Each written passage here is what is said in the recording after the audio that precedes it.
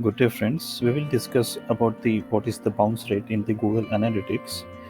I have a screen that is captured from the one of the website that I launched last week, and you can see the 15 users has visited, which has created the 15 sessions, and the amount of the time they have spent on my website is 41 seconds. That gives me the 66.67% of the bounce rate. What it means that is, if there are 100 users, then they will, out of those 100 users, 66.67 users will bounce back, will close the website within 41 seconds, and this is the stat based on the 15 users. Now, why we use the bounce rate?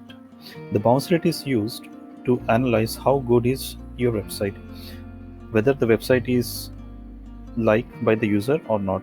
If they really like your website, then they will spend more time, maybe 5 or even 10 minutes, to read all your blogs or the data. So one important key takeaway is it is an analytical data. So we can write as analytical data to measure your website metrics.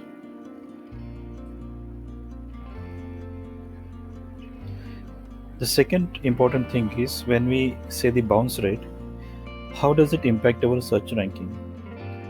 Well, the answer is it does not. The bounce rate do not impact your search ranking. So let me write that for you.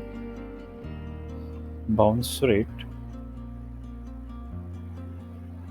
do not impact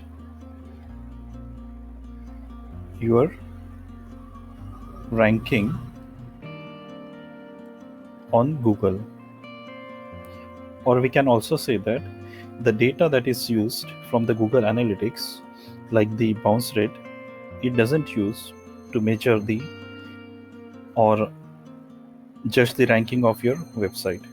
So always remember, even if your bounce rate is more than, let's say, 90%, which is really horrible, it means most of the people doesn't want to stay on your website, but that doesn't mean that your ranking will degrade on the search engine. It is the only statistic that is used to measure whether the user like your website or not. I hope this information was useful. Thank you.